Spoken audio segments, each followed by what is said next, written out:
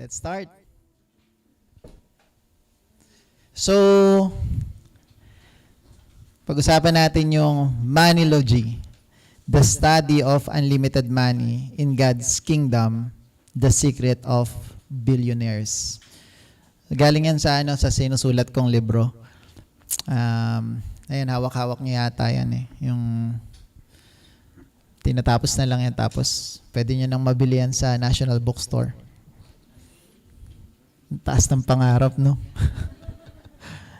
Sabi, 1,000 pieces, pwede na daw mag-start eh. So, nagpapaprint ako 1,000 pieces. Pwede na siguro yun, no? Hindi libre yun, ha? Yung mga umaattend dito, libre. So, kasi ano yun eh, parang nasa 500 plus pag binenta. So, sige.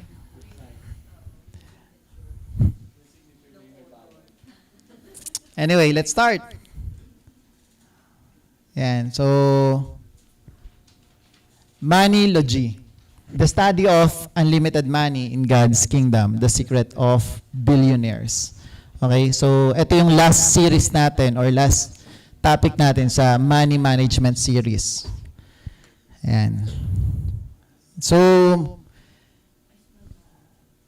here's the statement. The study of money through the lens of God's kingdom, learning how to handle wealth, stewardship, and resources for God's glory and human flourishing.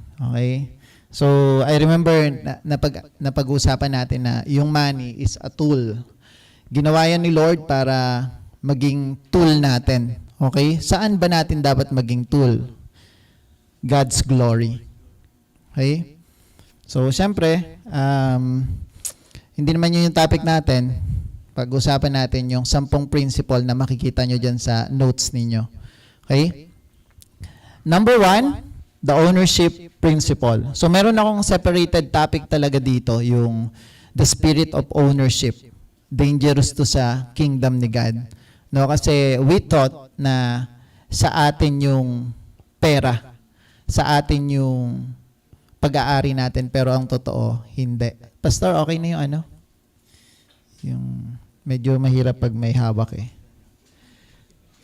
So, yan.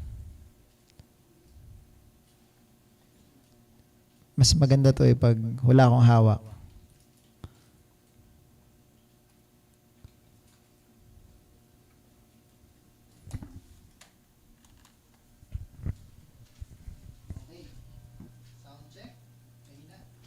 Meron ba?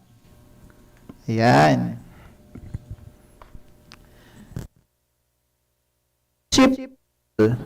Psalms 24:1. Okay? Paborito natin yung mga verse na yan. Sabi dito, earth is the Lord's and everything in it, the world and all who live in it. Ibig sabihin lang yan, lahat ng meron dito sa mundo ay pag-aari ng Diyos. Walang sa atin. Okay? So, everything belongs to God.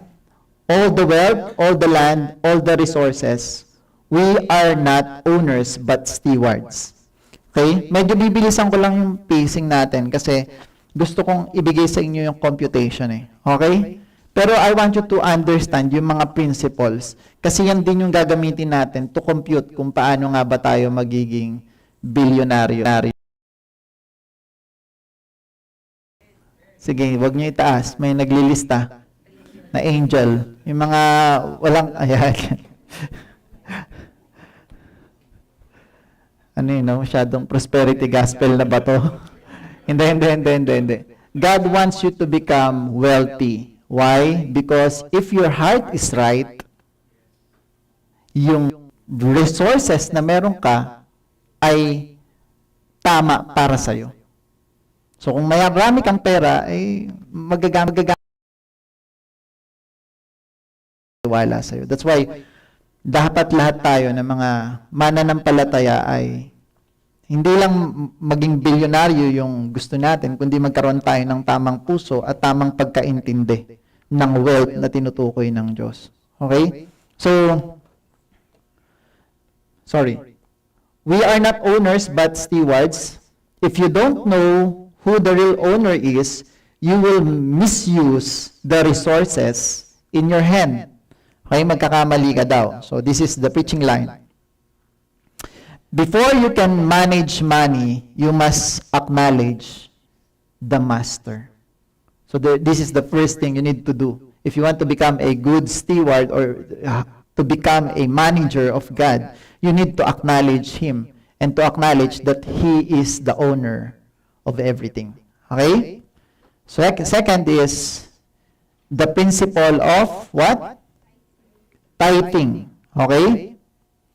These tithes, no, pinagtatalunan to ng mga Christian. Is it applicable pa ba sa panahon natin or hindi? Kasi may mga preacher na nagpipreach na applicable pa to up until now. May mga believers din, may mga preacher din na naniniwala, may mga theologian na naniniwala ay etong tithing ay Old Testament law na hindi na applicable sa New Testament.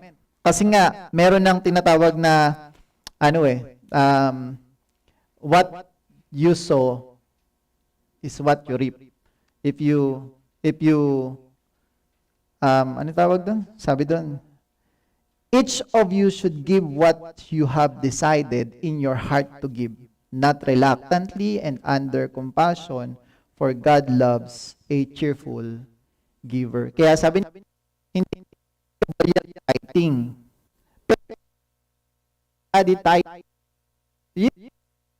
Hindi nating timbangin yung kanilang paniniwala. Applicable pa ba or hindi? Pero for me, you can still apply the principle. No, kasi nung unang panahon, they are in agriculture business. Wala naman silang ibang mga negosyo nung kundi agriculture, pag-alaga ng hayop, pagtatanim. Kaya ang iniipon nila, ini-store nila yung tithes, tenth ng kanilang inani or tenth ng kanilang mga alaga na ipinanganak ay binibigay nila sa storehouse ng mga temples, which is ang nangangalaga ay mga Levites. No? So as of now, wala naman tayong ganun. Pero meron tayong mga building churches na ang nangangalaga ay mga bishop, mga pastor. So we can apply the principle. Pero hindi sa agriculture, kundi sa ating kinikita. Okay? Bakit ko sinasabi to? Kasi sabi dito sa Malakay, may promise eh. Bring full tithe. Ano sabi sa Malakay? Bring the whole tithe into the storehouse, that there may be food in my house. Test me in this, Lord Almighty, and see if I will not throw open the floodgate. Babaha daw. Diba? Kasi, yan, ibig sabihin, babaha ng pagpapala sa'yo, and pour out so much blessing that there will not be stored. Ibig sabihin, ay talagang pagpapalain ka pag ginawa mong ibigay yung full tithes. So, ano tong tithes na to? The 10%. If some not believer of it, for me, you can apply the principle. Kasi may promise si Lord. No, pero hindi ko naman to sinasabi para ipilitin kayo magbigay or ito yung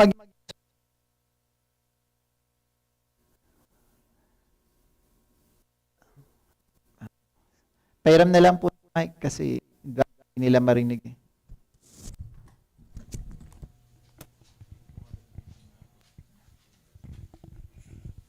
Ito po.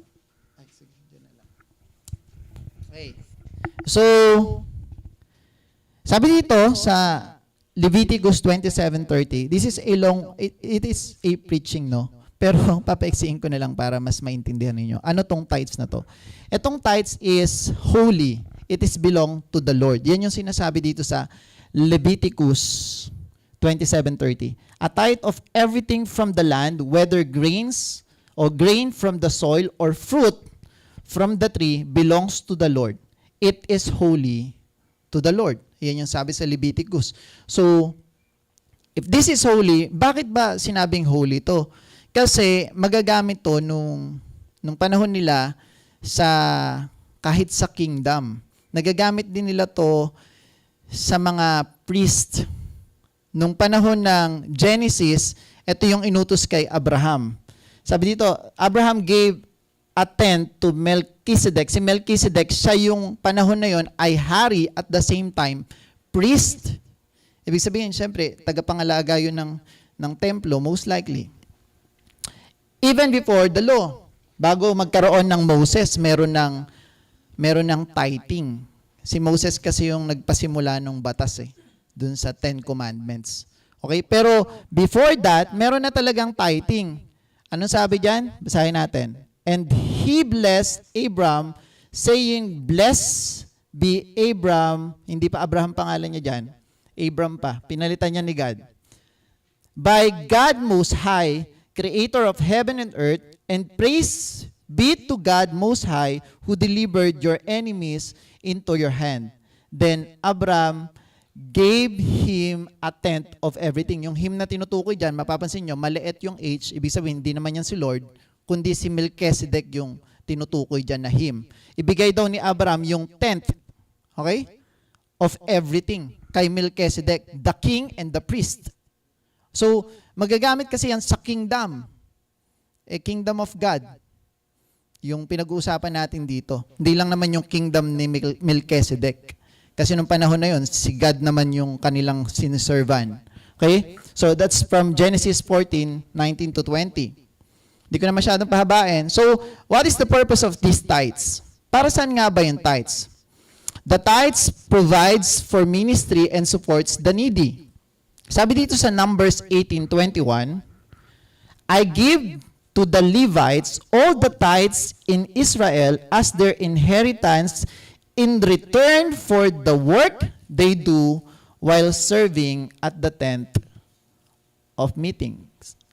Okay? Sabi diyan, para daw sa mga Levites yan.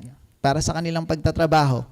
Yung mga Levites nung unang panahon, sila yung parang mga pastor. Sila yung nasa loob ng templo. Nangangalaga ng templo. Sila yung nakatalaga para mag-alay, mag-offer. No? Bilisan na lang natin.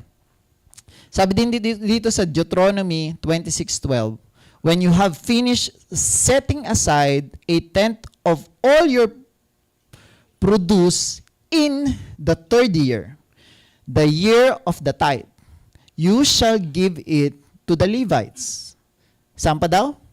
The foreigner, the fatherless, and the widow, so that they may eat in your towns and be satisfied. May foreigner na nung unang panahon, di ba? Hindi.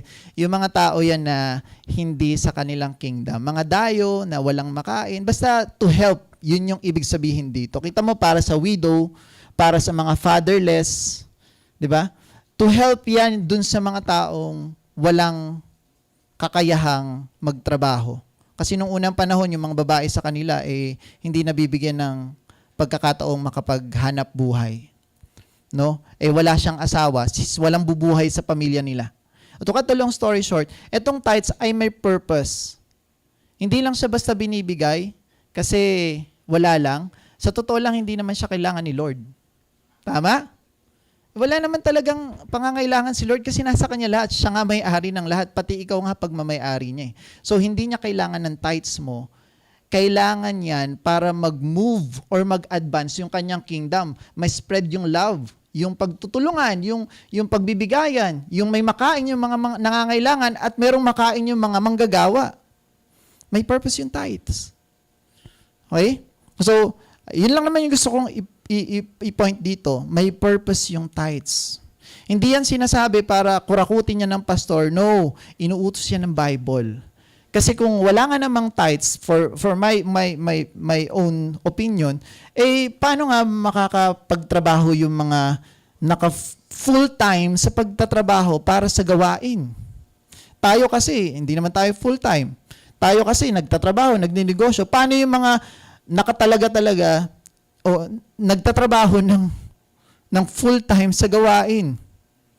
Yung mga nag-aaral, para maituro ng tama yung Bible. Wala silang kakainin. Kaya itong tithes, yung purpose niyan is to advance the kingdom. Mas mapalawig, mas lumaki yung gawain ng Christianity. Naintindihan? Okay, so, may mga mismanager lang ng mga tagapag-alaga rin ng tithes, ha? Huwag niyong lalahatin. Pero may mga iba kasi na, hindi na ako magbabanggit ng pangalan, pero nakakulong yata siya. Sorry. Hindi.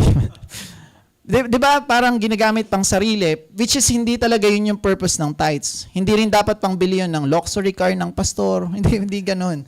No, pang-advance yan ng kingdom. Yung mga ganong klaseng pastor, yun, mali yung kanilang pagmamanage at hindi rin sila i-bless ni Lord. Pananagutan nila yun. Pero sa atin, wag na natin isipin yun, si Lord na bahala dun. Diba? Tayo, basta we give our tithes. Kung nasa ang church ka man, kung kanino ka man, kung sino man yung sinasamahan mong organization, you give your tithes to help para mag-advance yung kingdom. No? Kasi para kay Lord yun eh. Yun talaga yung reason kung bakit ka pinapayaman. Kasi kung magiging faithful ka dito sa mga pinag-uusapan natin ngayon, maibibigay mo ng tama at matutulungan yung pag-advance ng kingdom. Di ba? Okay. Now, truth. Tithing is not contradiction. It is continuity. Ano yung sinasabing kong contradiction? Kasi sabi, yung tithes daw ay kay Lord. Pero sinasabi dun sa Psalms 24:1 na ang lahat ay kay Lord. Ano yun? Contradiction? Yung lahat kay Lord, tapos yung tithes kay Lord, inulit? Hindi. Ang sinasabi lang dito ay, holy siya, ibig sabihin, may special purpose siya, pero yung 90% na matitira ay hindi pa rin sa'yo. O, ulitin ko hindi contradiction. 100% kay Lord, sa Kanya lahat. 10% ay sa Kanya at holy. Ibig sabihin, para mo ba siyang ninanakawan pag hindi mo to ibinigay? Kasi holy to, kailangan talaga maibigay. Kaya nga ayaw tong ituro nung ibang mga believers kasi parang kinukumpulsary natin yung bawat isa. Sabi, give according to your heart. Ayun na yung sinasabi sa New Testament. Pero we can apply the principle. Yun yung sinasabi ko ngayon. Ha? Sa mga nakikinig sa online, baka mag-comment kayo dyan, Parehas ko tinitimbang yung belief Pero, for me, I will apply. Kung ano yung sa Old Testament tsaka sa New Testament, wala namang masama Ba't mo ba papahirapan yung sarili mo? I-apply mo na lang yung tithing, tapos magbigay ka pa ng sobra. Yun yung pinaka-importante. Di ba? You have the cheerful giver or cheerful heart sa pagbibigay. Okay? Now, again, hindi siya contradiction. Kay Lord lahat, yung tithe, sinasabi niya, ibigay mo to help. Pero hindi niya kailangan yun ng mga manggagawa at ng mga taong walang kakayahan para magtrabaho. Yung 90%, ipinagkatiwala sa'yo, hindi yan sa'yo. Pinagkatiwala pa rin. Kay Lord pa rin yan. Okay? Next topic yun. Tithing reminds us, God owns everything. So, pag ginawa mo tong tithing, para bang sinasabi mo, Lord, sa'yo to So, bibigay ko yung tithes. Kasi parang ganito yan halimbawa, Tor, bibigay ko sa'yo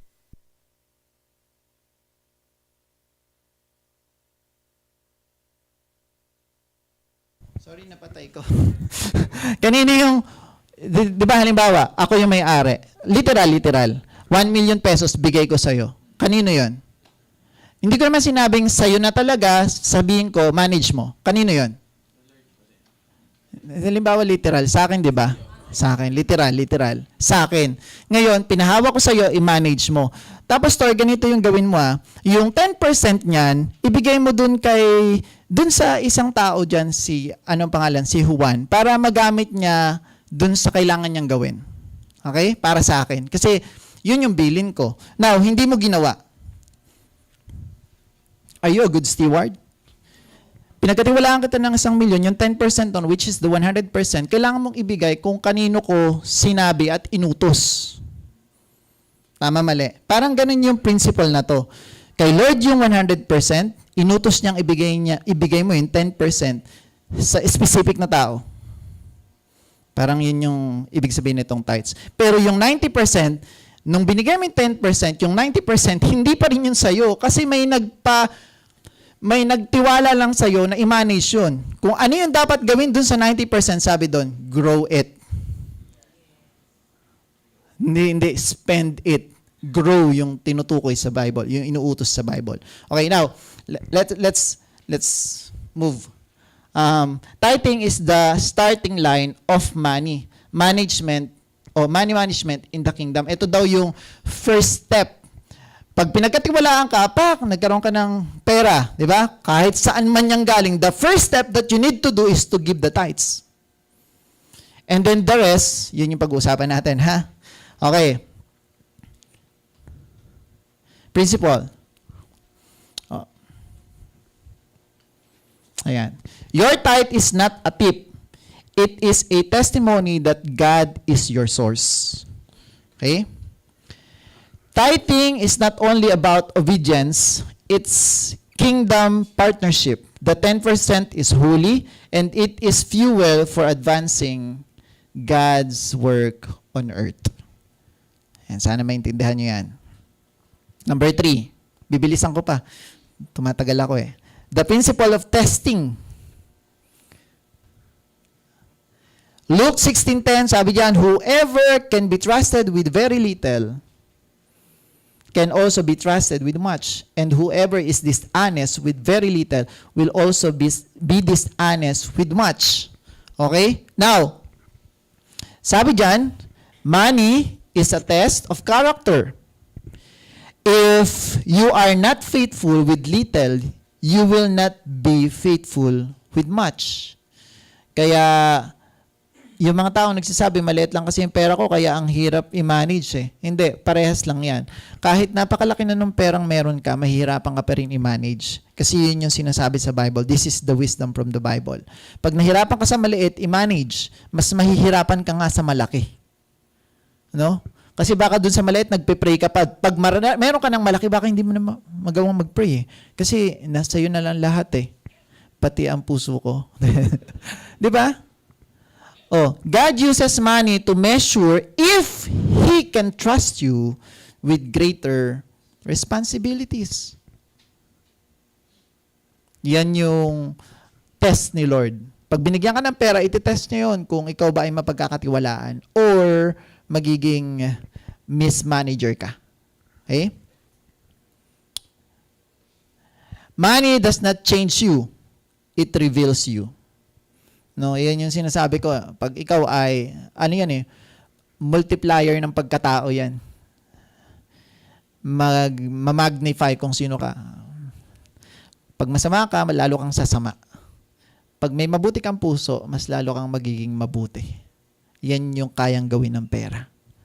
Okay? That's why it's important for us, bago tayo manalangin ng pagyaman, manalangin muna tayo ng pusong hindi bato, kundi pusong may tamang paningin. Ibig sabihin, kay Lord lang nakatingin.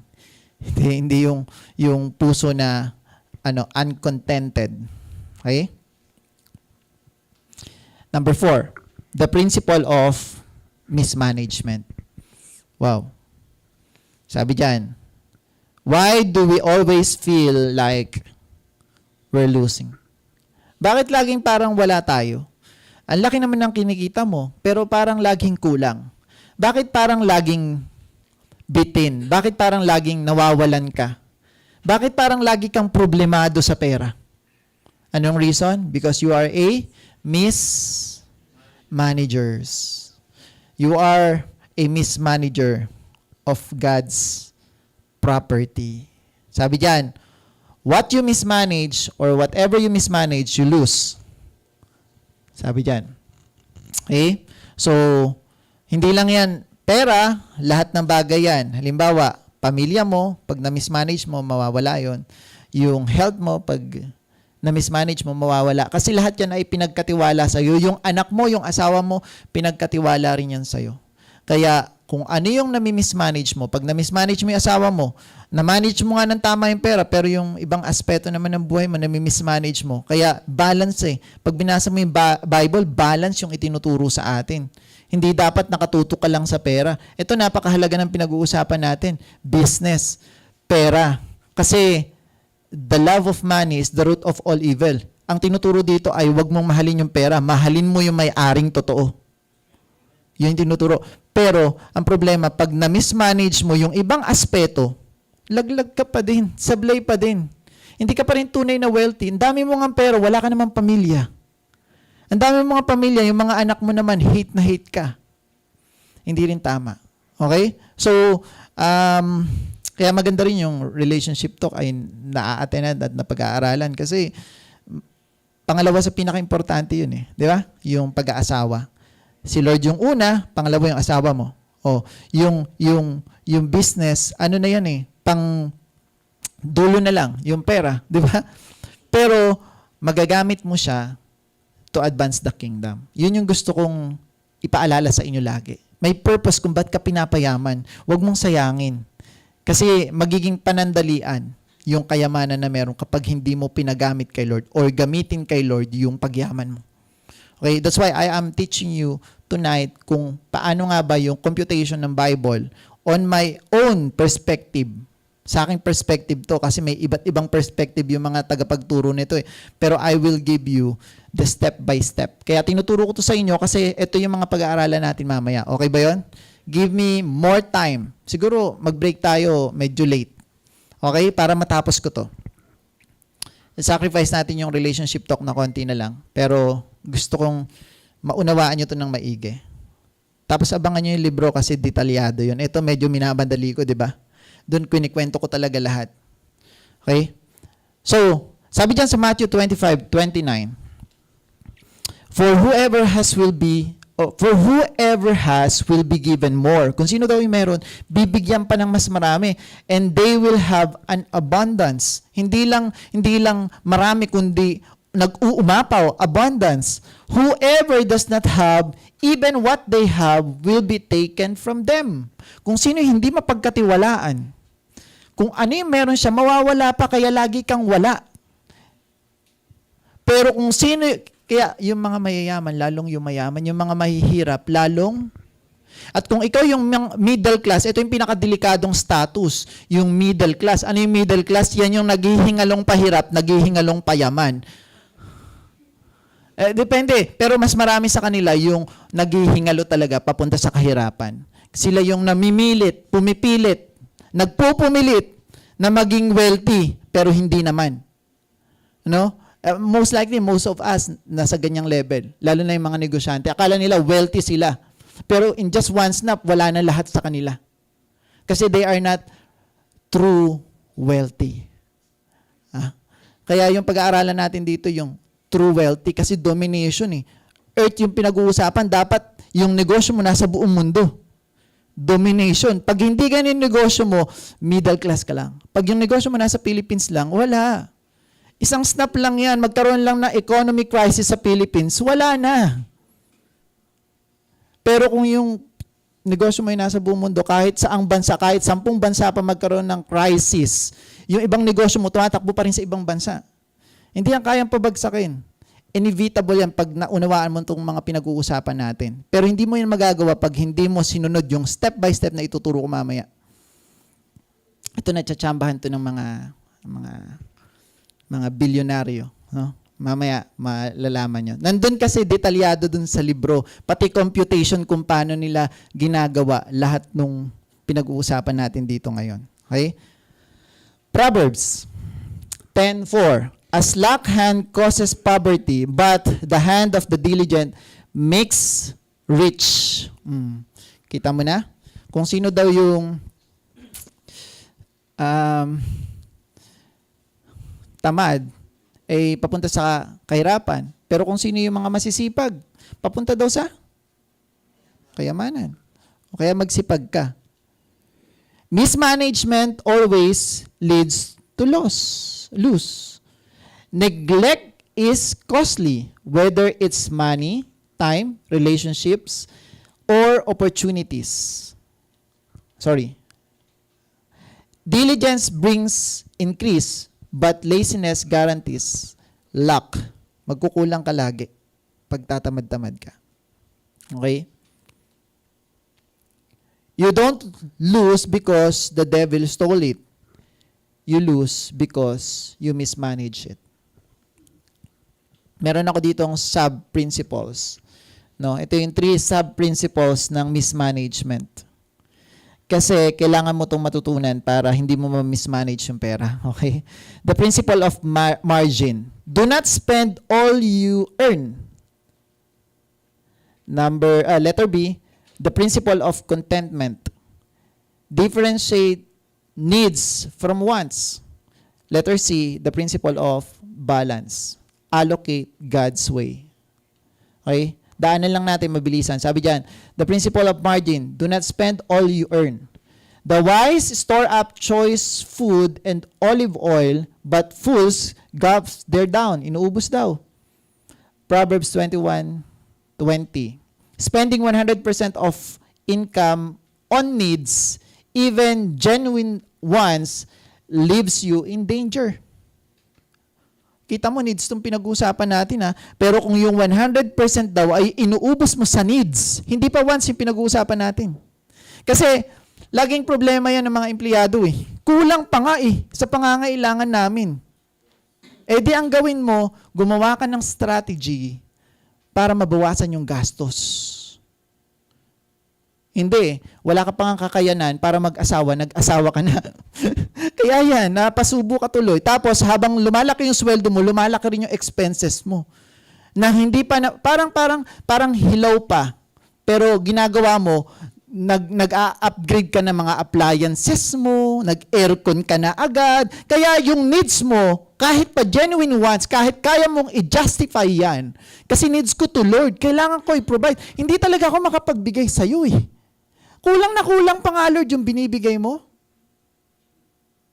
Eh bakit nga kulang? Kasi kumuha ka na ng mga gagastusan kahit hindi mo pa kaya. Kaya itong tinuturo ng Bible talaga papatalinuhin ka eh. Ang sakit nito ah.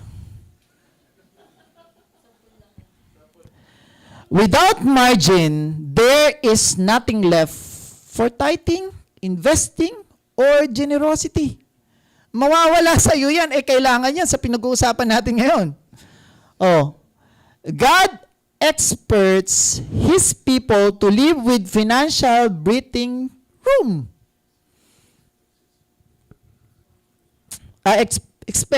God expects His people to live with financial breathing room. Yan, insight. If your needs always consume 100%, you are not managing. You are merely surviving. Tama, mali? Tama. Sa mismanagement to, ano lang to, mga sub-principles. But godliness, sabi dito sa B, the principle of contentment, differentiate needs from wants. Ito na yon. But godliness with contentment is great gain. If we have food and clothing, we will be content with that. 1 Timothy 6:6-8. Mahaba yan, pero yan yung shorter version. Basahin nyo, pero nandun pa rin yung point niyan. Okay? Anong pinopoint nito? Kung ano daw yung meron ka, makontento ka na doon. Sa gamit hindi sa kayamanan.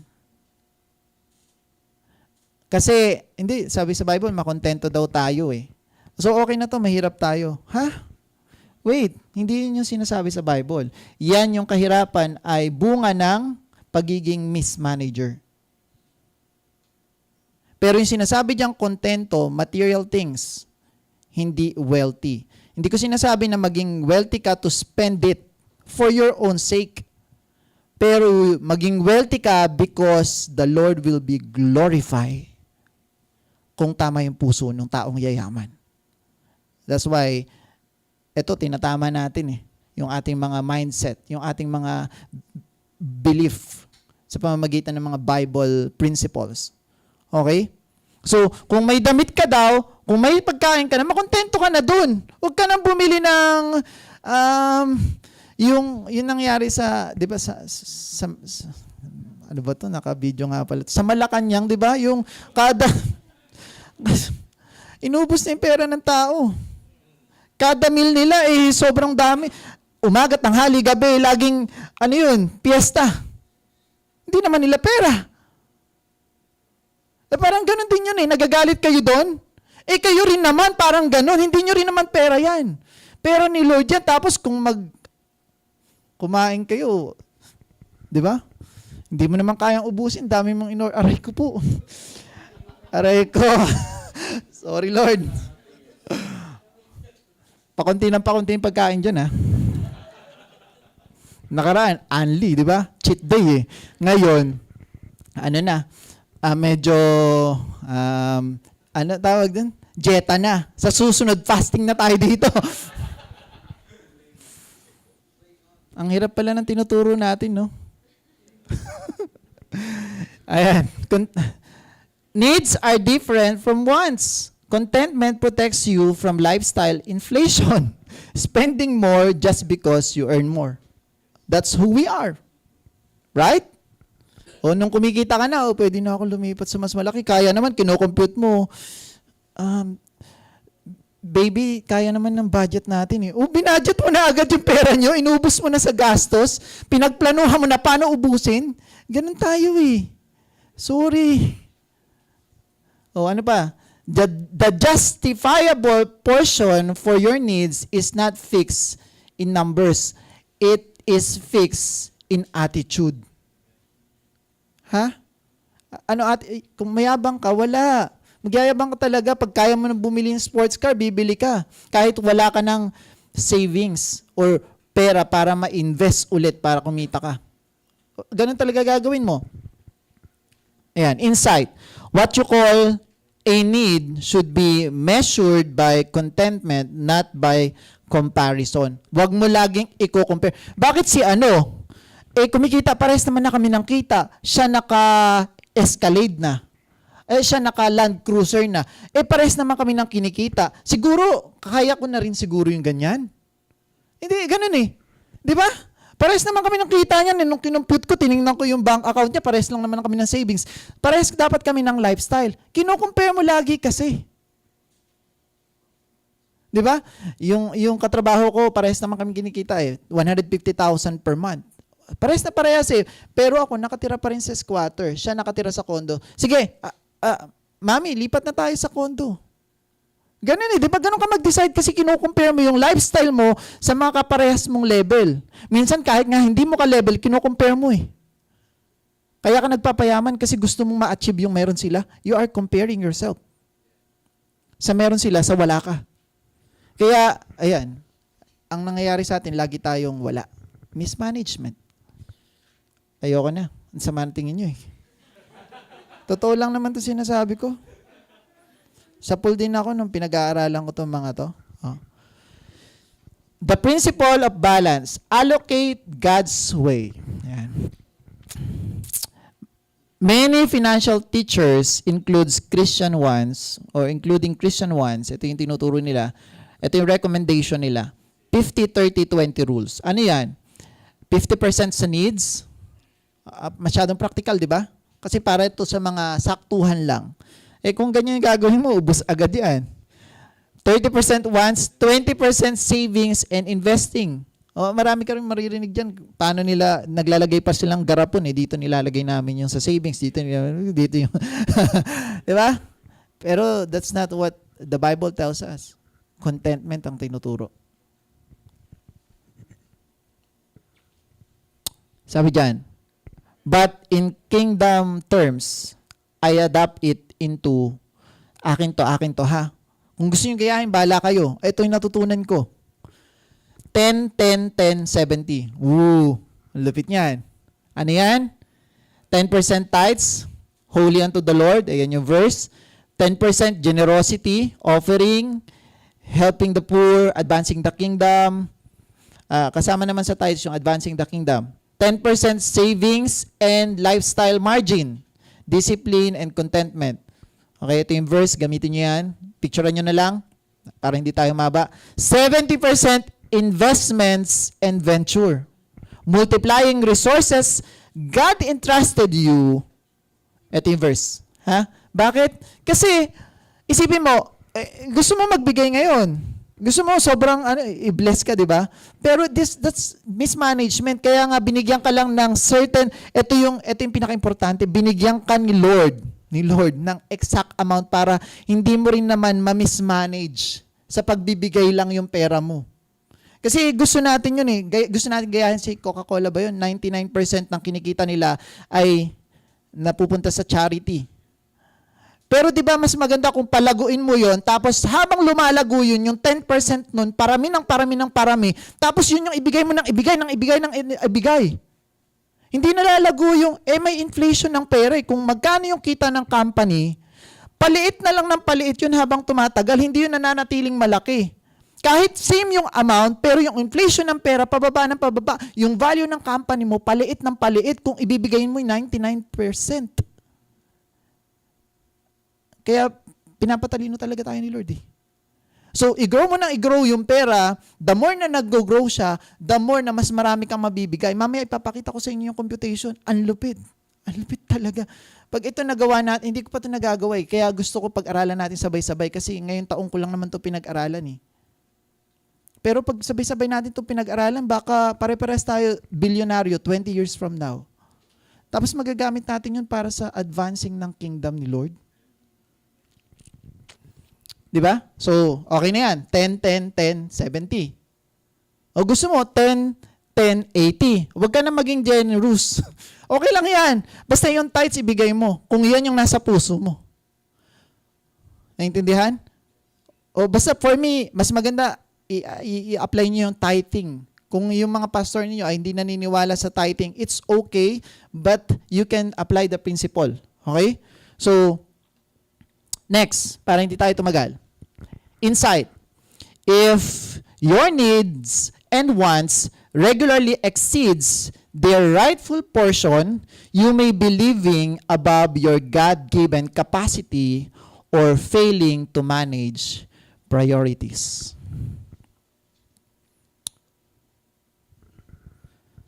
Punchline. Balance is not about dividing money your way.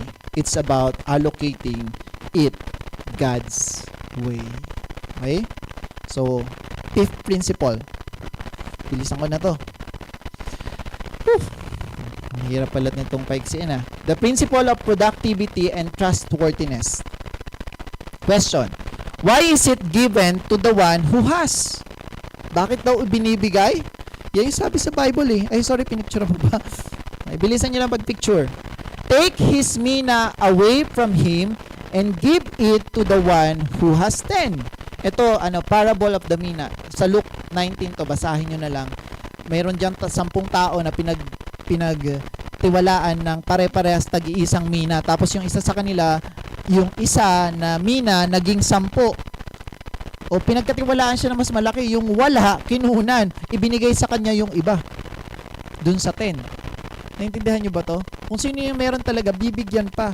Kung sino yung wala, wala yun. Lalong mawawalan. Okay.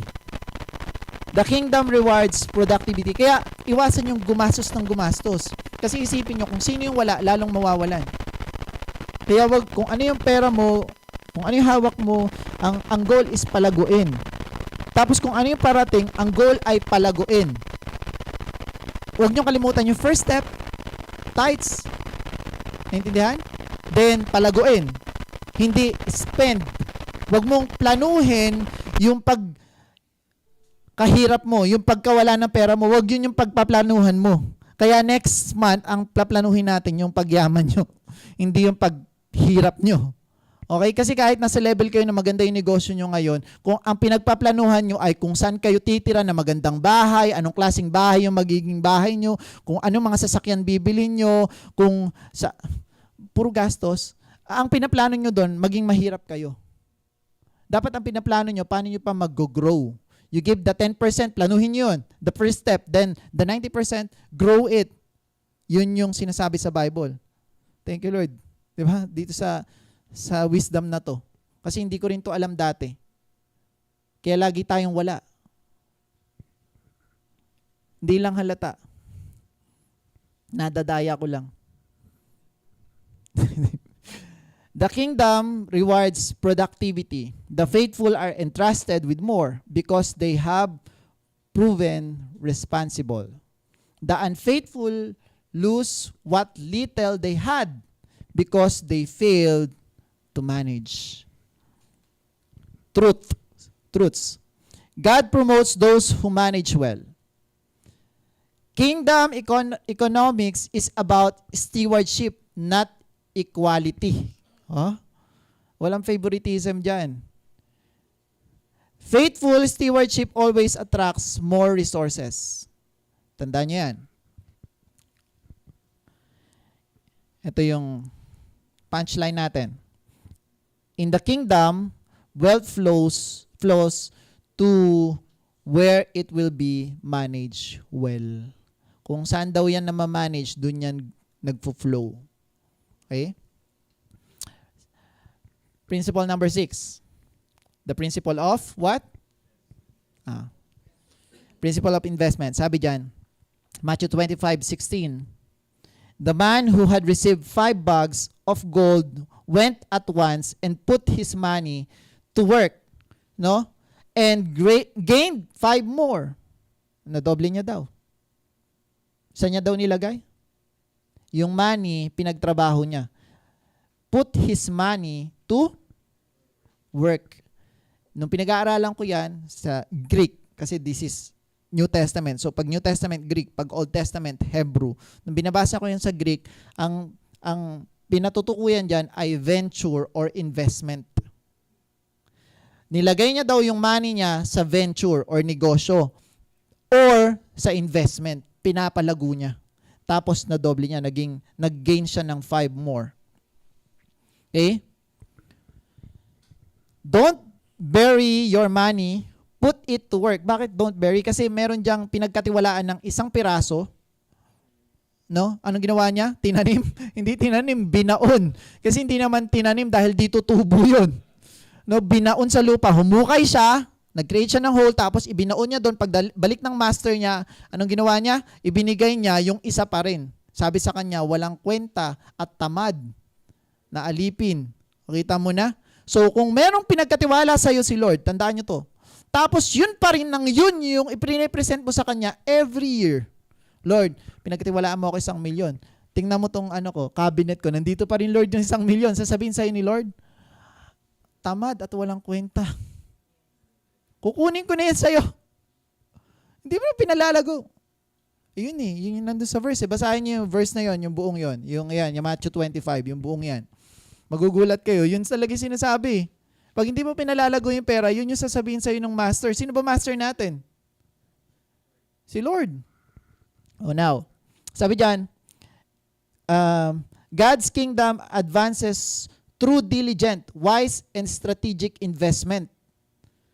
Warning, Proverbs 13:11. Dishonest money dwindles away, but whoever gathers money little by little make it grow. Little by little. Kaya mamaya yung principle ng long-term mindset. No, yung susunod dito. Okay, so application. Wag daw magmamadali. Application, grow little by little.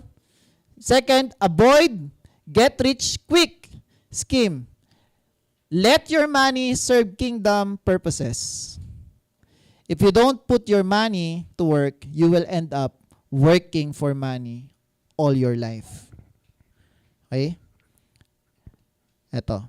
The principle of long-term thinking.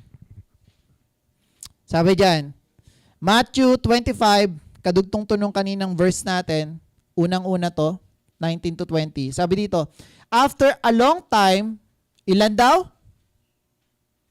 Ilan daw?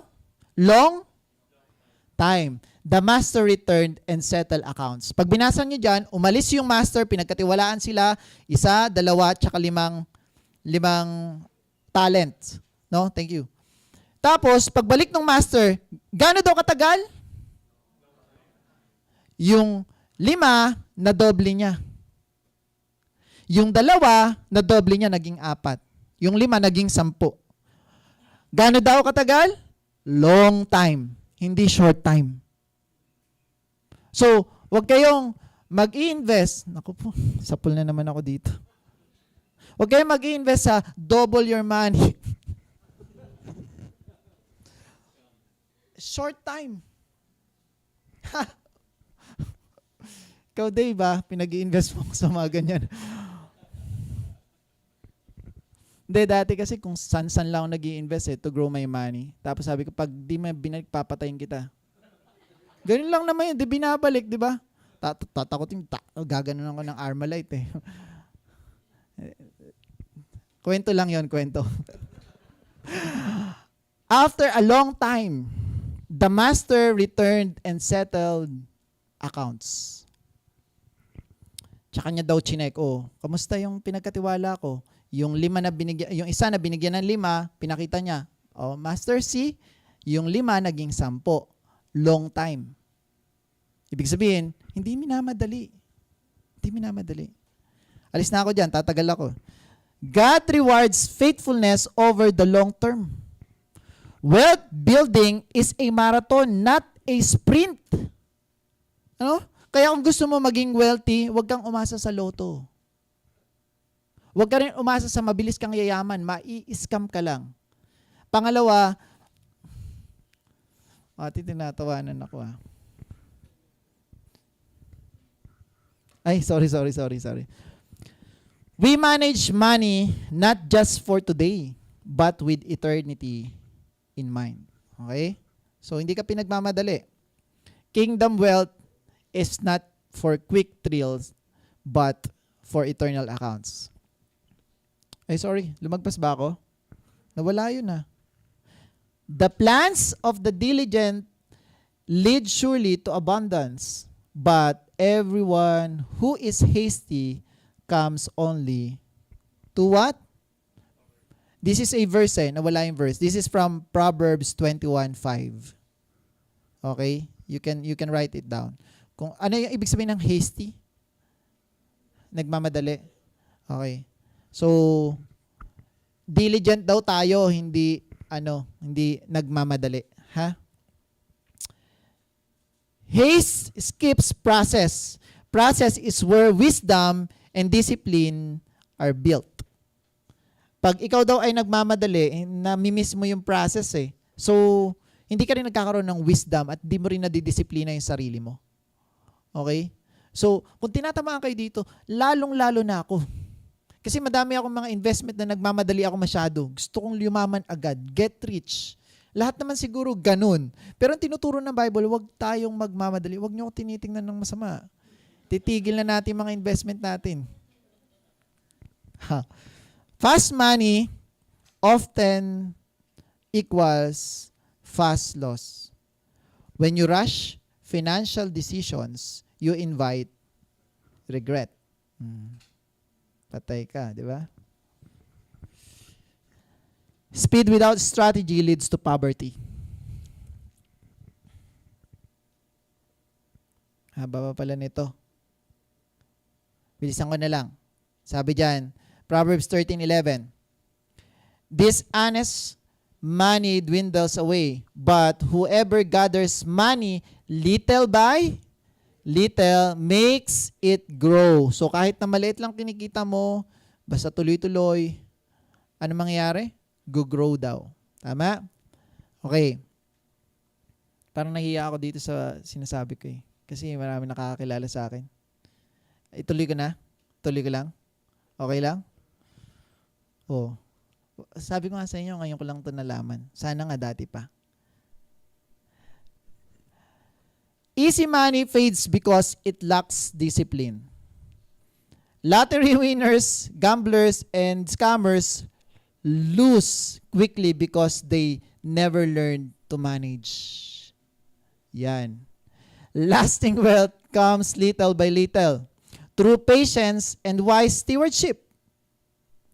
Aray ko. Parang pinahirapan ko yung sarili ko dito Nasaan na tayo? What comes easy goes easy.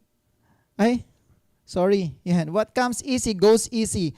What is built slowly lasts surely. Picture mo yan. Ang ganda niyan. Mababasa mo yan dun sa book. 1 Timothy 6:9-10. Sabi diyan, those who once who want to get rich fall into temptation and a trap. For the love of money is the root of all kinds of evil. The desire for quick wealth often leads to compromise, corruption, and sin. Many destroy their faith chasing fast money. Kingdom prosperity is about purpose, not pressure. Binibilisan ko na lang po kasi meron pa tayong tatlo. If money comes faster than maturity, it will master you. Yung money magiging master mo. Okay?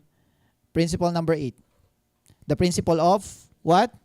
Starting small. Kaya yung mga nagsasabi dyan na wala kasi kaming pampuhunan eh. You can start small. It's biblical. Papakita ko sa inyo. Tingnan nyo Sabi dyan.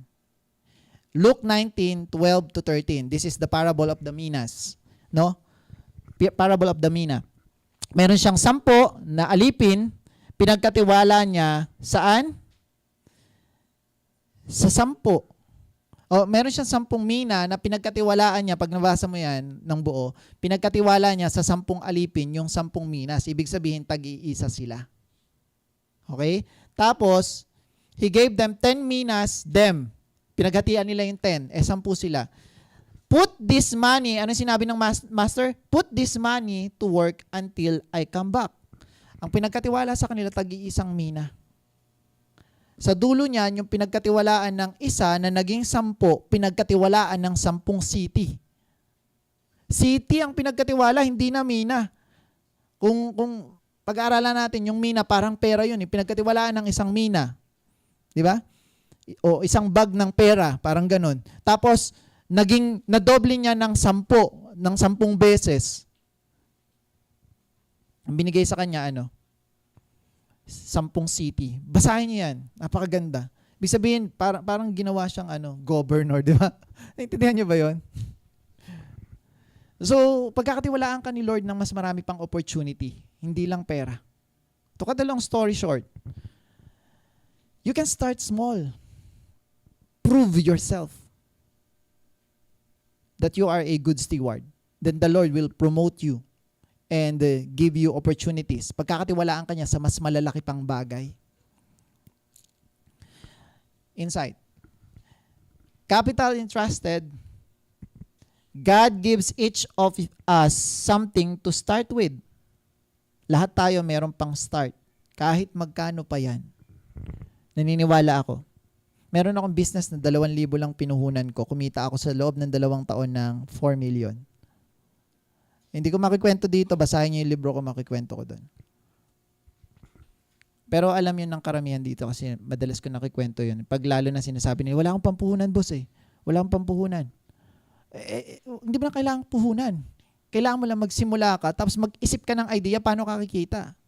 Kung kita lang yung pinag-uusapan natin.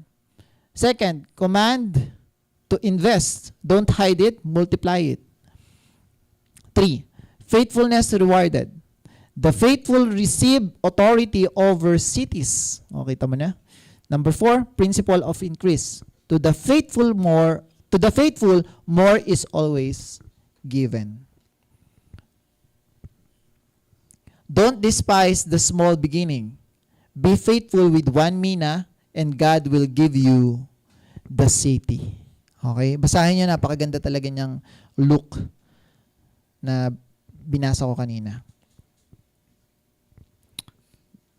Principle number 9. The principle of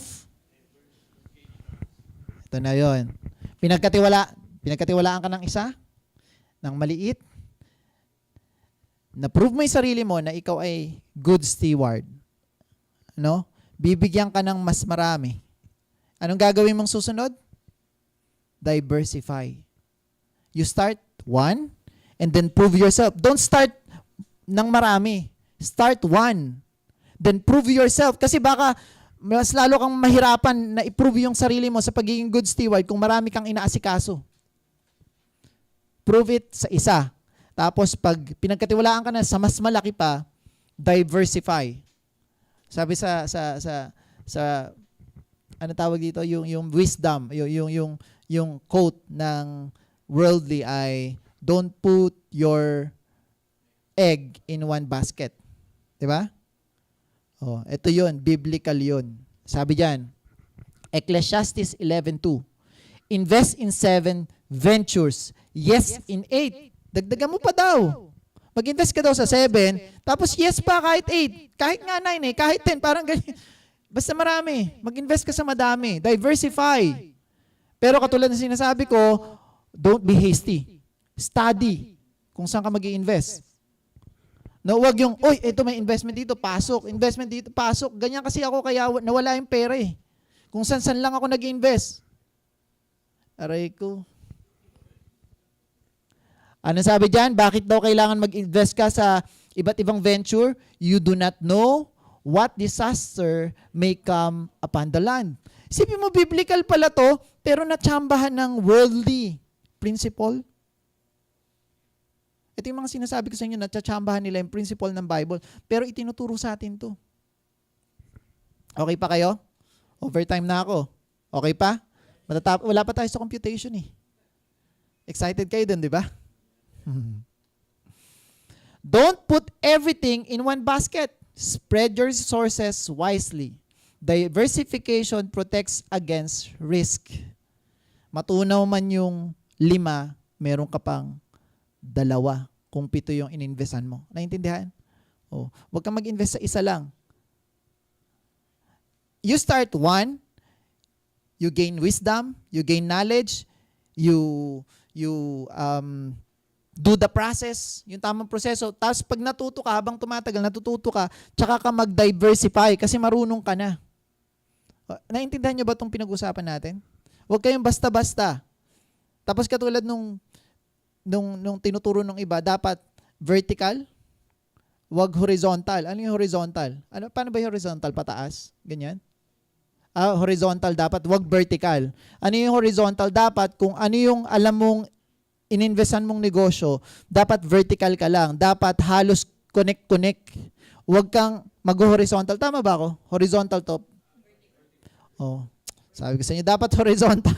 Nawala na ako. Dapat horizontal yung venture. Ibig sabihin, kung ikaw ay nasa buy and sell car, punta ka naman sa insurance. Kasi parehas sasakyan eh. Tapos mag-financing ka ng sasakyan. O 3 na negosyo mo. Tapos pagkatapos nun, mag-carnap ka naman ng sasakyan. Pang-4, bakit? Connect pa rin naman eh. Naintindihan? Hindi wag kayo mag-carnap. Joke lang.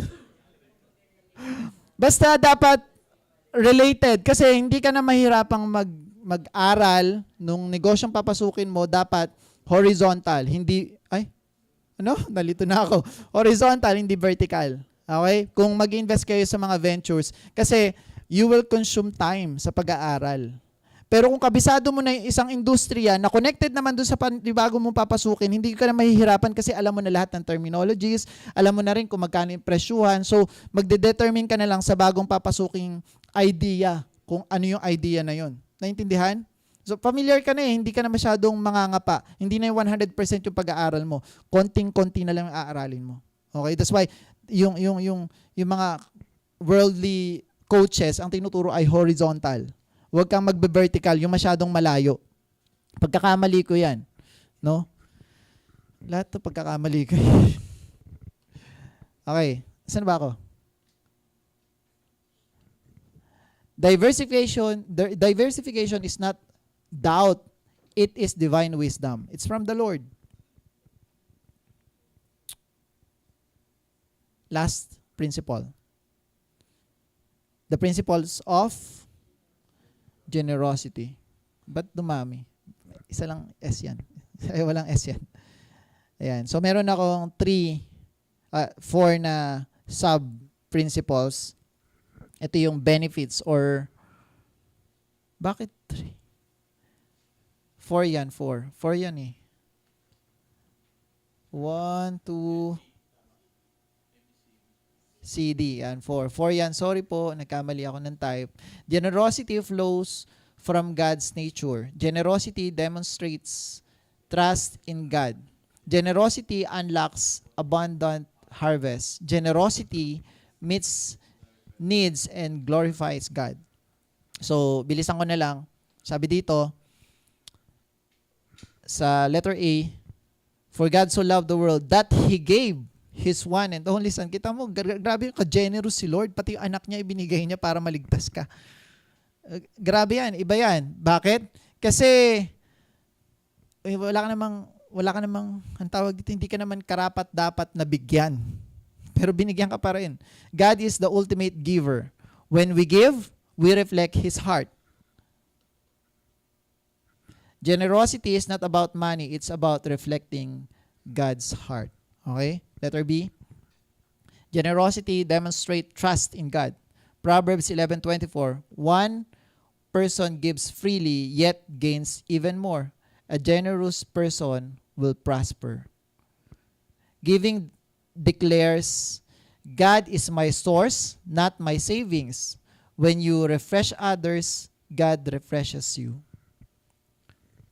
Generosity is proof that you trust the giver more than the gift.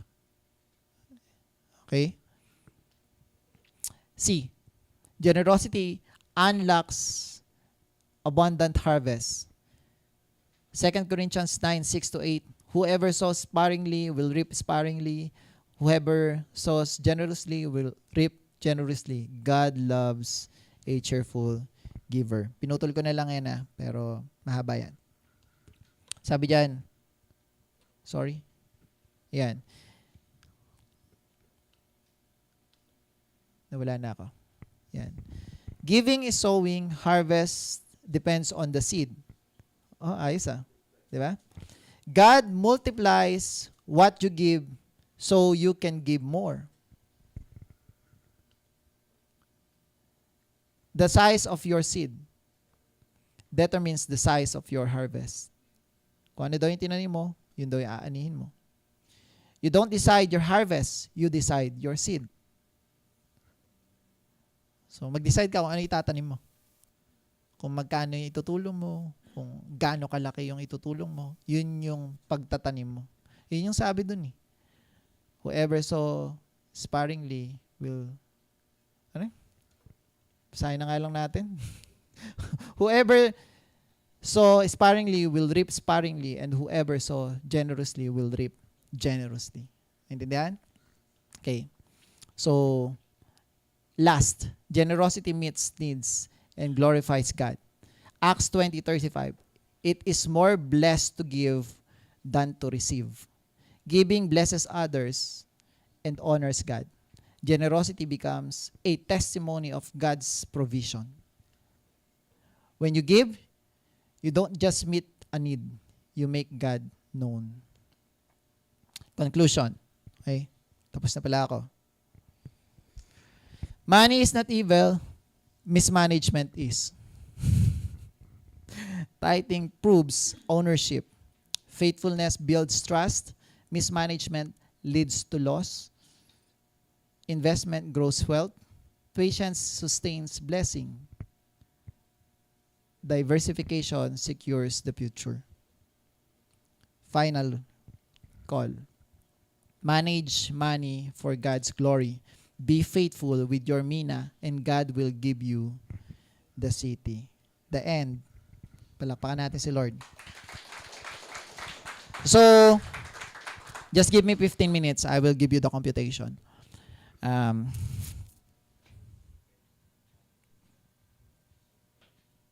Gumagana na kaya ito, Pastor?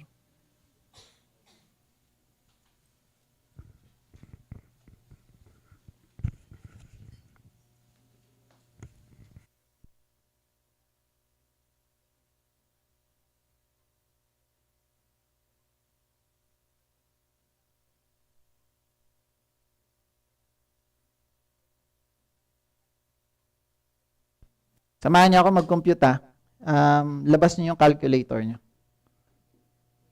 Sound check. Yan, magana na. Bigyan ko kayo ng magandang computation. Nasa inyo yung papel? Yan yung kodigo niyo, ha?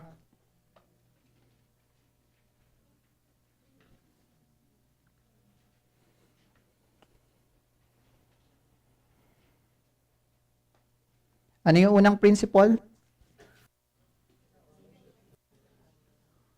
The ownership.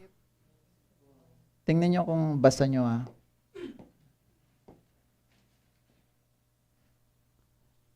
Yung 100% daw, kanino yan? Kay God. It's not yours. Okay? Second principle. Tithing. 10%. Okay? Ano daw yan? Tithes. Tapos, ano sunod? Testing. Binagkatiwala sa iyo 100%, ibibigay mo ba yung tithes? Yes. Yung 90%, anong gagawin mo? Grow. Yan yung utos. Okay? Now, medyo nagkakamali tayo madalas dito. Most likely, maraming tumatama dito eh. They give the 10%. Most likely. Yung mga talagang sobrang faithful na mga giver. But, they think na hanggang dito lang yung pagtitiwala ng Diyos. No? But, everything is the Lord's. That's why the 90% is also the Lord. Pagmamayari pa rin ni Lord. Ang inuutos niya dito ay grow. Tama? Medyo, bibigyan ko kayo ng computation ng pang-empleyado. Kung ikaw ay negosyante, okay lang yan, pero kunin mo yung principles ng computation. Okay? Anong i-apply natin dito? Hindi natin ma-apply yung 10, 10, 10, 70. Hindi natin yan i-apply. Bakit? Kasi, ang gagamitin nating pera ay 10,000. Okay lang? Itong 10,000 na to, most likely, ang reason mo bakit 10,000 lang. Kasi you start small. So, tinamaan na natin yung principal number. Number 8. Tingnan akong kopya. Yan. Tinamaan natin yung principal number. You start small. Principle number 8. So, sa pool natin, 1, 2, 3, number 8. Sa pool. Di ba? Okay. Now, 10,000. Bakit 10,000? Kasi, marami sa atin yung nagsasabi, kulang pa nga yung kita ko sa loob ng isang buwan eh. Paano ako magkakaroon ng 10,000 na pangpuhunan? Aber? Tama? So, yung 10,000, medyo maliit para pag-isipan mo pa saan manggagaling yan. Kahit sa bonus, kaya yan. O kaya naman, baka pwedeng tabi mo lang yan, nandun lang sa may kwarto mo, pang emergency mo, di ba? So, madali ang 10,000. Ibig sabihin, itong 10,000 na to, hindi na maapektuhan nung needs mo na 10%. Okay? Ang pag-uusapan lang natin, muna ay yung 10,000. Kung ito ay naging pera mo sa bonus, ibig sabihin, ito ay pumasok sa'yo bilang income or profit. Tama? Ibig sabihin, magmaminus tayo dyan ng 10%. Apply natin yung 10. Tithes. Tithes. Ha? Magkano matitira? Nakikita nyo ba? Nababasa nyo? Okay. So, sino sa inyo yung pwedeng magsabi sa akin na yung 10,000 kaya nyong palaguin or doblehin sa loob ng isang taon? Kaya? Bakit? Anong gagawin mo? Isang buwan, doble ko na yan. Di ba? Ganun yung nasa isipan natin. Apakadali naman yan. 10,000 to doble mo. 20,000, di ba? O, ngayon, dahil nabawasan na ng 1,000 pesos, 10%, 1,000. Tama ba ako? Baka mali yung computation ko ah. Tulungan niyo ako mahababang computation. 20 years. 20 years. 20 years yung kukomputin natin. Tapos, magiging bilyonaryo ka na. What? 10,000 ang usapan. Sino dito walang 10,000? Lahat meron? Oh, so, posible pala magawa mo to. Okay? So, now, 9,000 mo, doblehin natin, 9,000. Kasi kaya mo naman palang doblehin sa loob ng isang taon eh. So, yung first year mo, magkano? 18. Magkano yung 10%? Siyempre, hindi 1. Puhunan mo yung 9,000 eh. Ang kukompute natin yung 9,000. Magkano? Compute nyo. Minus 900. Magkano yung matitira? 17,100. Okay? So, 17,100. Bilisan natin yung pacing. Pero gusto ko kasi maintindihan ninyo, ha? Kung paano natin kinocompute yan. So, meron kang 17,100. Same scenario. Dodoblehin mo lang yan sa loob ng isang taon. Nabigay mo na yung 900 na tithes, doblehin mo lang. Kasi, meron ka namang pinagkakakitaan, wag mo nang pakialam yung 10,000, pakiusap naman. Ha? Binibigyan ko na kayo ng spoon feed ng computation. Yung 10,000 na to, ito na yung sobra-sobra sa pera mo. Diba meron kang kinikita na monthly? Yan na yung gastusin mo sa needs mo, sa wants mo, o kung ano man yung gusto mong gawin doon. Bahala ka na doon. Pero yung kinocompute natin ngayon, yung 10,000 nakabaon lang sa lupa. O nasa savings account mo, o kaya naman bonus sa'yo. Diba? O kaya humingi ka ng 10,000 sa mama mo. So, sige, tuloy natin. Second year. Anong gagawin natin dito? Ita times 2. 17,100. Magkano yan? 34,200. Magkano yung... Okay? Magkano matitira? Magkano matitira? Tama ba ako? 1,710 yung ibabawas natin? Second year?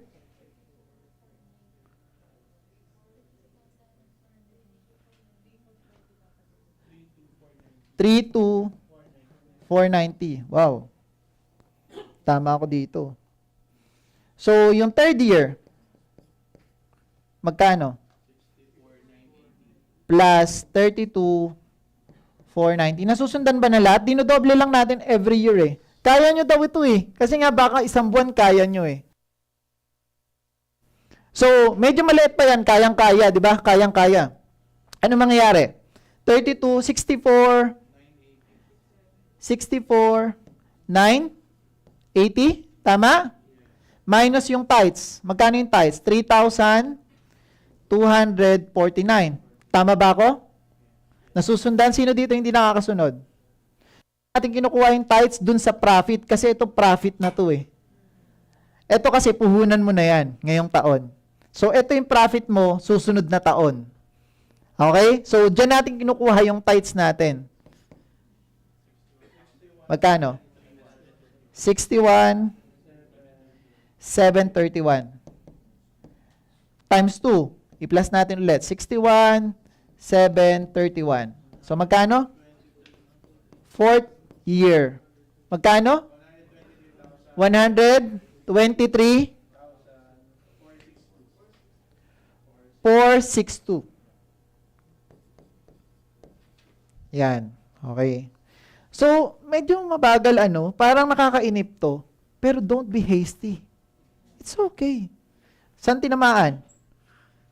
Long term. Sapul natin yung principal number. Ano na tinatamaan natin? 1, 2, 3, 8, tsaka 7. Sapul, di ba? Huwag magmamadali. It's okay. It's okay.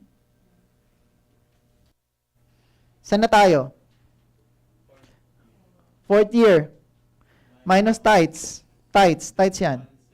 6,173.1. Wag na yun. Kasi ano na yun eh. Point na yun. Ha? Magkano? 117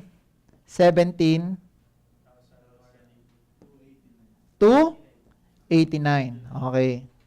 So, let's stop. Stop muna. Hinga muna kayo. Ang tagal. 4 years. Ha? Kung mas mabilis, di mas okay. Pero, kinoconsider natin yung don't be hasty. Long-term thinking. Ha? May tinamaan pa ba akong ibang principle? Wala. Ito, test na to. Sapul na rin natin yung mismanagement yan. Di ba? Kasi minamanage na natin, nagpaplano na tayo. Sapul natin number 4.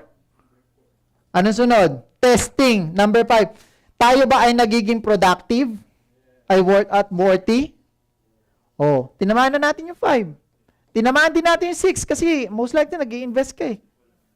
Ano pa tinamaan natin?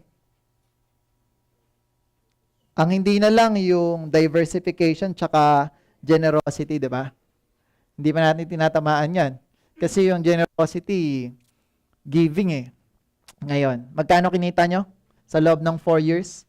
Yung 10,000 nyo, naging 117,289. Reset. Ano yung reset? Panibagong 4 na taon, dito kayo mag-reset ha. So, planning to. Tinuturuan ko kayong magplano kasi sabi magplano tayo.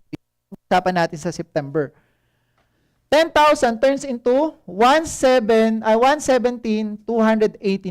Yung 17,289, ano yan? Freestyle funds. Freestyle. Bala kayo, saan nyo gagamitin yan? So, pwede yung tamaan natin yung 10, ibibigay mo. Diba? Pwede yung gawin mong pledge sa church. O sa pang-4 na taon ng aking pagninegosyo, bibili ako ng amplifier para sa church. O kaya naman, meron akong tutulungang program or meron akong bibilhan ng libro ng mga estudyante. Di ba? Pwede rin namang ibili mo yan nung, bahala ka na. Kung anong gusto mo, freestyle nga to na funds eh. Nasa iyo yan. Yan na yung, pwede mong pagdesisyonan. Binibigyan ko lang kayo ng planning kasi hindi naman exact yung binibigay ni Lord sa Bible na computation. Ang pinaka-eksakto lang ay yung tithing. Tapos ang ginagawa natin, inaalis pa natin. Yun na nga lang yung pinaka-eksaktong sinabi ng Diyos sa Bible eh. Pero ito, tinuturo ko sa inyo yung pati yung contentment. Ibig sabihin, yung 10,000, hindi mo ginalaw. Kumita ka ng 117, hindi ka nag-upgrade ng lifestyle.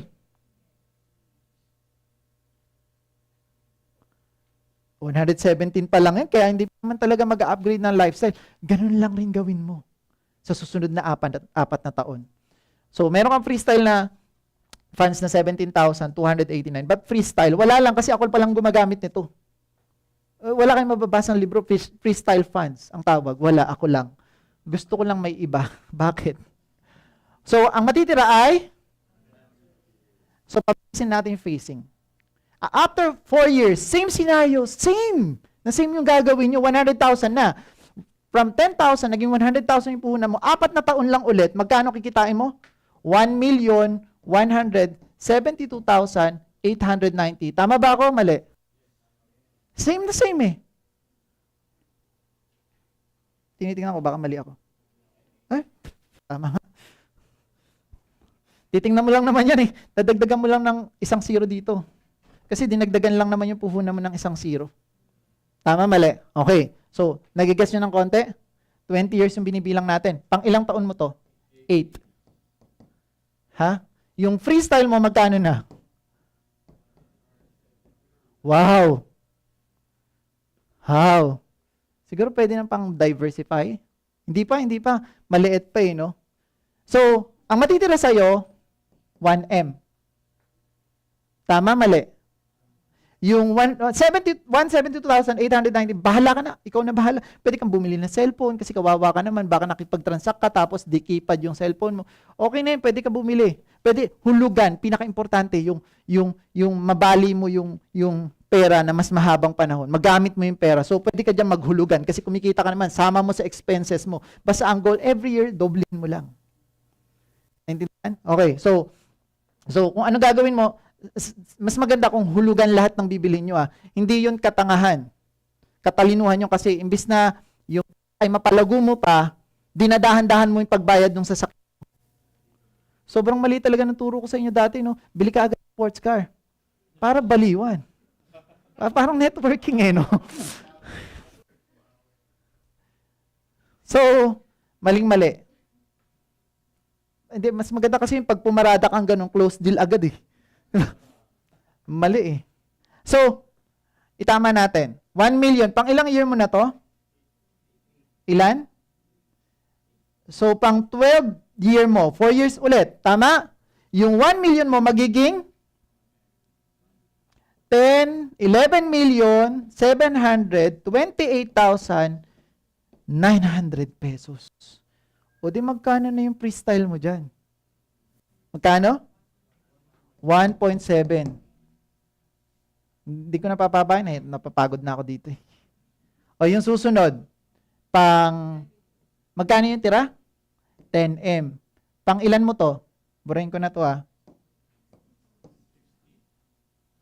Para maayos natin. Nasundan nyo naman to eh. Nasaan na tayo? Na 1.7, yan. 10 million ang puhunan mo. Pang ilan? 16. Okay? Napagpapatubo. Hindi, 10 million puhunan mo yan sa pang 13th year ah. Yung 16th, yung tutubuin mo. Siguro, most likely, nandito ka na sa diversification. Napakahirap na parang siguro magdagdag na tayo ng negosyo. Itong manukan natin, maglagay na rin tayo ng baboyan.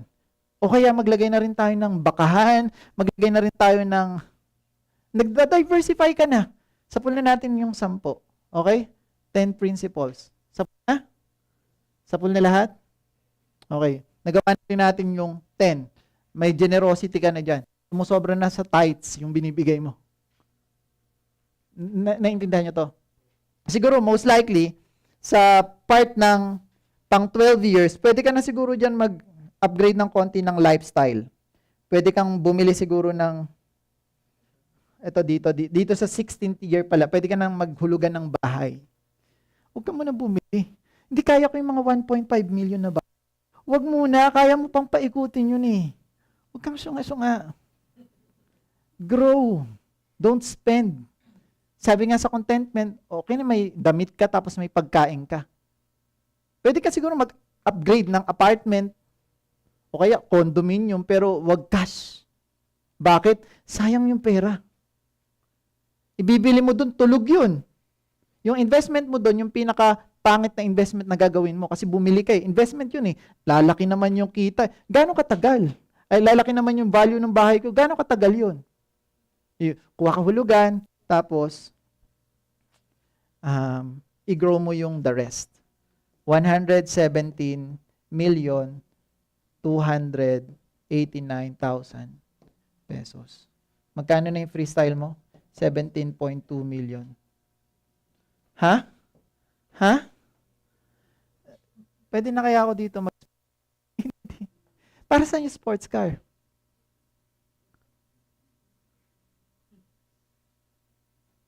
Yabang? Kaya mo na mag-close ng deal eh. Nung wala ka nga, nakapag-close ka ng deal eh. Hindi mo kailangan sports car. Makakapagpabagal lang yan sa 20 years. Baka maging 30 years yung computation natin dito. Nasaan na tayo? Oh. Ang laki na niya, no? Bibilang ko yung church ng ng lupa worth 10 million. Freestyle eh. Bahala ka na kung saan mo gagamit. Gusto mo, bumili ka na dyan ng cash na cellphone. Wag sports car. Ubus yan. 17 million. Nakita ko kanina, lumabas na naman sa akin, 15 million, Lamborghini. Oh, sabi ko.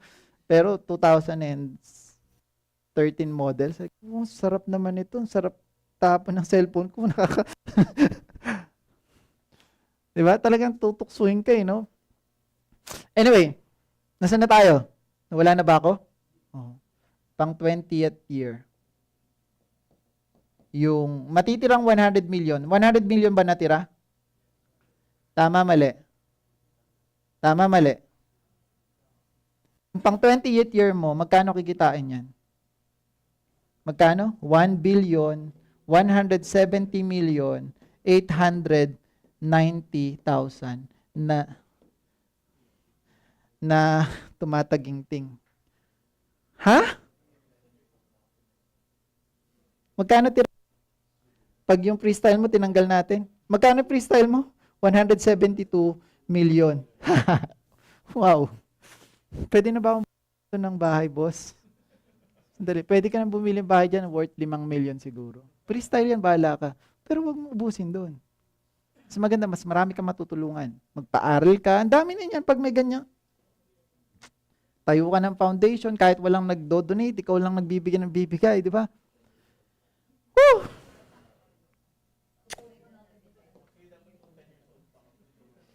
Dapat no?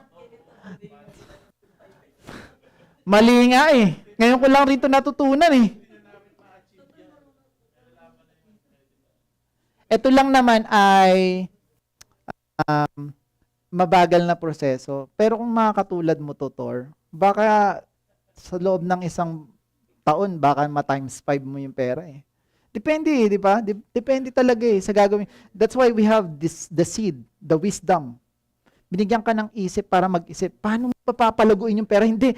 Alam mo kung saan mo ginagamit yung isip mo, paano ko uubusin tong 1,000,000? Binigyan ako ng 100,000 ni Lord. Saan ko to ibibili? Anong store ang pupuntahan kong unang-una? Imbes na tights yung inuna mo no? Louis Vuitton yung una mong pinuntahan. Aray ko. Di pa ako tapos. Bilyonaryo ka na in peso. Tama, mali.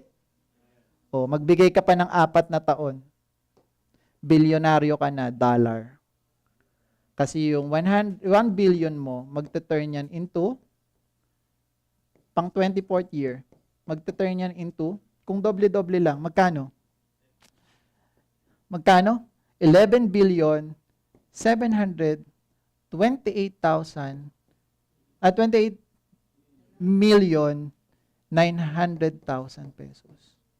O, mag-spend ka pa ng panibagong 4 years. Magkano na yung ano mo dyan, freestyle mo dyan, 1.7 billion? Wow! Ikaw na bahala, gusto mo, bilhin mo na yung Araneta Coliseum. Tapos doon na yung pagdadarausan ng church. Nasa yun bahala ka. Pinapalakpakan to. Ano pa? 28th year. Yung matitira ay 10 billion. Tama ba ako? Tama? Pag tinuloy ko pa to, mababaliw na kayo. Baka niwalaan yung 10,000 ko. Scam. Hindi ito scam. Hindi ka lang marunong pa mag-manage. Yung 10 billion mo magiging 100. Ay, mali. Tama ba ako? 117 billion 289 million peso. Pag nagbigay ka pa ng ano na to? 17 billion na. 17 billion. Billion na pala, mag-e-M pa ako. Billion, million na. Pang 32 years. Ito ano na to? Bilyonaryo ka na in dollar. Tama ba? Kasi ang matitira sa'yo ay 100 billion. Bigyan mo pa ng 1 taon, trilyonaryo ka na. That's why diversification is important. Don't forget that. Kasi yan yung magpapabilis nung pagkita mo. Hindi mo kasi pwedeng ilagay sa one basket eh. Baka malusaw yun pag nalugi yung negosyong pinapatakbo mo. Tapos hindi mo naman, syempre hindi naman ganyan kalaki sa isang industriya. Hindi, may limit lang yung industry. Kung gaano kalaki yung economy at yung population ng isang bansa. O kaya pakahalaga na buong mundo yung negosyo mo. Naintindihan nyo ba to? Nakakabaliw, no? Pero nagsimula lang tayo magkano? 10K. Eto, lagi mo lang tong, ano pa mo dyan? Binibili lang ano-ano lang. Ilang 10K na yung nahawakan mo?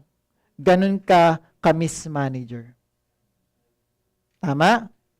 May naintindihan kayo? No. Invest kayo sa akin, yung 10K natin, gagawin nating 1 billion, 20 years. Lock in yan. I hope you learn. Plakpakan natin si Lord. Salamat sa time. Sana naintindihan nyo to.